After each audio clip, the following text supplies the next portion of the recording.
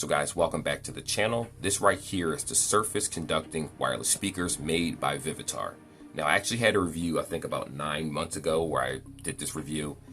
Listen, you guys were absolutely right. I made a huge mistake. I didn't review the speaker properly by putting it on a hollow surface. Instead, I did it on more so of a work table, so the quality of sound could not resonate the way it's supposed to, the way the product is made.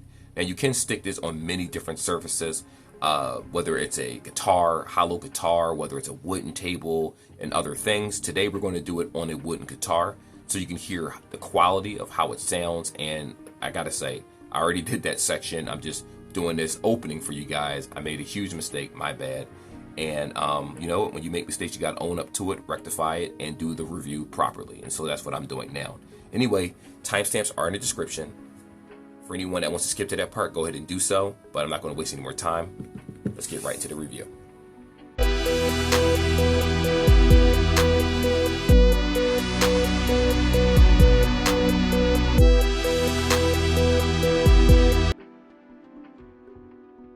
So this is everything that comes with it. You have the 3 sets of sticky adhesive. You just peel that off when you're ready to use them. You have the 2 speakers themselves. You have the 2 USB-C cables. Now, I think I said this in the other review, but I wish they had a splitter cable where you can just plug it into one device. Well, no, these still get plugged into each device, but this is connected together. So if you have one of those, you can use that, but these do come with 2 separate USB-Cs because you can use these. They're both 5 hours of battery life separately. So 5 together. You can use either one, I believe, by itself, but for this review, we're going to sync them together to get the best quality of sound, of course. Now you have the USB-C right here. This is the power button right here. It actually will have a little, I'm not sure if you can see that in this video, but it'll be a little power symbol right here next to the button. And then there's also a pause and play on this side. You also have this little belt loop piece right here so that you can hook this to, I don't know why you would hook them. This is something that you would probably just throw inside your book bag in a separate pocket, or just stick it onto something and kind of leave it there and then charge it whenever you need it. And on this side, pretty much the same exact setup. But yeah, these look like very nice speakers in my opinion. Now, if you want to see it powered on, it doesn't take long. You just hold this button right here. Oh, wait, this one dead? I think I let go of the button. There we go. And when it actually turns on, you feel the entire speaker rumble, so you know that it's on. But I'm going to turn it off for now because for this review, I want to sync them together and show you guys how to do that on a first try. Hopefully I remember. And then lastly, we have the instructions right here, which I'm going to show you in an entirely different section. As a matter of fact, let's go over to that right now. So here's the instruction manual right here. And it basically just shows you everything, like the specifications for the particular device. Now for the person out there, go ahead and screenshot this part. Try and get the glare out for you because the page is pretty tore up. That's the first page. Second page actually shows you the device itself and all the functions, indicator light, charger port, power button. I already showed you that earlier. The speaker part is actually on the bottom. You have the microphones right here, right in the middle of where the play button is and where the power button is. So you'll see the little circle right there. That's the microphone. Don't confuse that with the circle to the right where it shows you the light indicator. Then you have the pause play button and a hold strap. Over here it just shows you how to charge it, but I already showed you guys how to do that with the USB-C. And it does also show you how to actually pair the device. But do not worry, I am going to show you guys how to do that manually so you shouldn't have any problems whatsoever. So with that being said, it's not much else inside of this outside of using your speaker, how to power it on, how to power it off, things like that. And you know, pretty self-explanatory for the most part. But now that I have better information, I'm going to show you guys how to sync it. Then we're going to get to the most exciting part, which is the music quality. But you know, just stay tuned for that. So here are the Vivitar speakers right here. I'm going to go ahead and power them both on at the same time. So hold me, make sure I press both buttons at the same time. I don't want them to sync separately. Here we go. Okay, so they're both doing their blinking thing. When you turn them on at the same time, one recognizes the opposite side. They both stay in pairing mode, but they're paired to each other, but it's waiting to be paired to an actual device. So I'm going to go ahead and test that right now. What we're going to do, oops, go to the Bluetooth settings right now. Get out of here. Bluetooth, pair new device. What's going to pop up? It's going to pop up. It says BLE Joy L BRE Joy mini speaker. There we go. Mini speaker right here. All right, going to press pair. Okay, so it's currently connected right now. And just to double check and make sure that it is in fact connected, let me go over to some YouTube friendly music and see if they both play at the same time so I can just verify that. Playing. Yep. Both of them are playing at the same time. Okay, so that is how you sync it. Very simple, very easy. When you take them outside of the case, turn them both on. They're both going to blink blue for a little bit. One is going to stay a solid blue when it pairs to the other side, while the other one stays in Bluetooth mode, waiting to be paired to whatever device you try to use. Very simple, very easy. Follow these steps, and you should not have a problem at all. All right, guys, so for this part of the review, I actually wanted to use a hollow surface just like the example gave. And a few people in the comments of the original video said, hey, you put it on the wrong surface. I thought that if I put it on a particular box or something that it would play well. It did not, and that is totally my fault, and I own up to that. So right now I'm going to play Warzone for you guys. You can hear how it sounds because it is a hollow surface. And of course, depending on the type of hollow surface that you use, like the example, the wooden table and things, you're going to get a different level of vibration with the sound, which is pretty interesting. I actually tested this out off camera, of course, first. And now I want to show you guys. So here we go. First one's Warzone. And it actually is not at the maximum volume.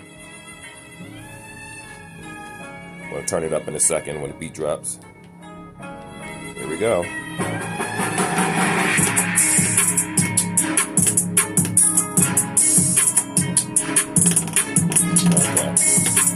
Turn it down a little bit.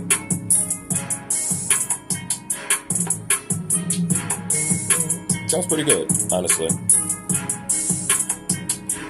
I gotta admit, you guys are right. When you put this on a flat surface, this is the first time I ever did these type of headphones originally, so now I know moving forward if I ever get another whatever they call it, I forget what they're called, but what do they call it? Surface conducting wireless speakers. I know to keep it on a surface like this moving forward. So at max volume, they do sound pretty good. Don't mind that little jumpy part. That was just because there's no sticky adhesive on the speaker right now. It's not staying in place, so it's moving a little bit, but it does sound pretty good. Though what I will say is that when it's at like 100%, you do notice that the speakers are struggling just a tad bit. But if I turn it down between 80 to 70% or so, that's pretty much the sweet spot where there is no sound breakage whatsoever. It sounds very, very powerful, as a matter of fact, and I like them. Now, I don't necessarily have a reason to use them for myself, but for review purposes, for anyone that finds this, that's not bad at all. But anyway, I want to play another song. If you guys are familiar with the channel, there's another one called, let's see, Ice and Fire. I'm going to go ahead and play that one so you can see how it sounds with vocals and a mixture of other instruments. Here we go. And again, this isn't at 100%. I'm just going to leave it at about 70. It's still pretty loud. It's plenty loud. Very clear. You guys hear it, so you don't need me to talk.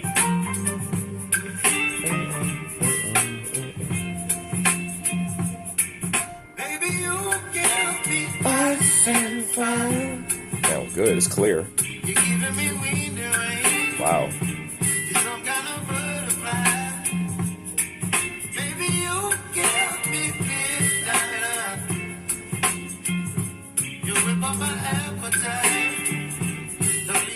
I mean, there's not much to really say outside of they sound good. Gotta be honest with you. These sound very, very good for the asking price. I think they were like $10 at the time at Five Below. I believe they were 2 for $10, if I'm right. They still do sell these at certain locations, though I'm not sure the popularity of them still. But if you do happen to see them, 5 hours of battery life is not bad. I think that they're good. I don't even have anything negative to really say. Like I said before, at 100%, you do hear, I guess it really depends on the surface that you're listening to them to, and it will also depend on what you're playing it on. Like, for instance, unfortunately, I can't play it because of copyright reasons, but if you're playing something like Lamb of God, some type of song, right?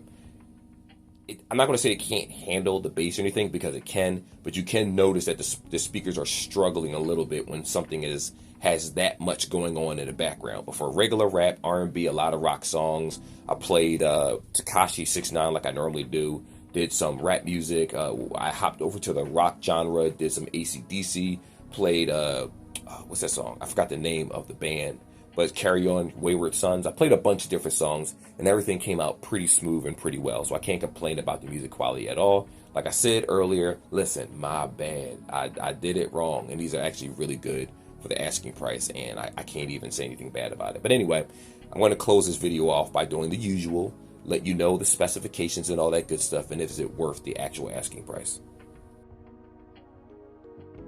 So to answer the question whether this headset is actually worth the $10, I'm going to go ahead and say yes. Now, this is the first pair of surface conducting headphones that I ever owned. I'm going to try out some different brands now because I did the review properly this time. Shout out to all the people on the YouTube channel that told me that I got it wrong. Unfortunately, I already privated that video. So I'm actually, no, I'm sorry, I didn't private it. I actually deleted that video.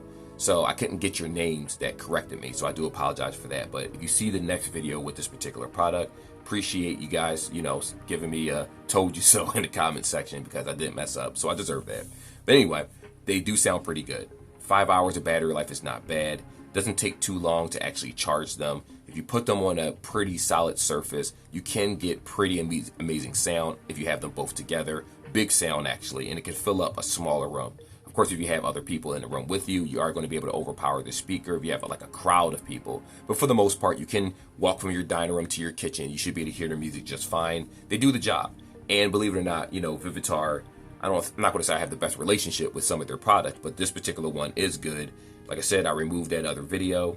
This is actually very, very good for the asking price. And if you happen to still see it at Five Below or online or at a pawn shop or just someone gives it to you, watch this review so you can learn how to sync the product, and then you're good to go. Anyway, like and subscribe like always, guys. Got nothing else to really say about that except for these are pretty good. And I'm actually going to give them away toward like the holiday season, which is what I do every year for certain products. Because at first I wasn't going to give them away. I thought they were bad. But now that I actually reviewed it properly and I know what to put it on, yeah, they actually sound pretty good. Anyway, peace. I'll see you guys in the next one.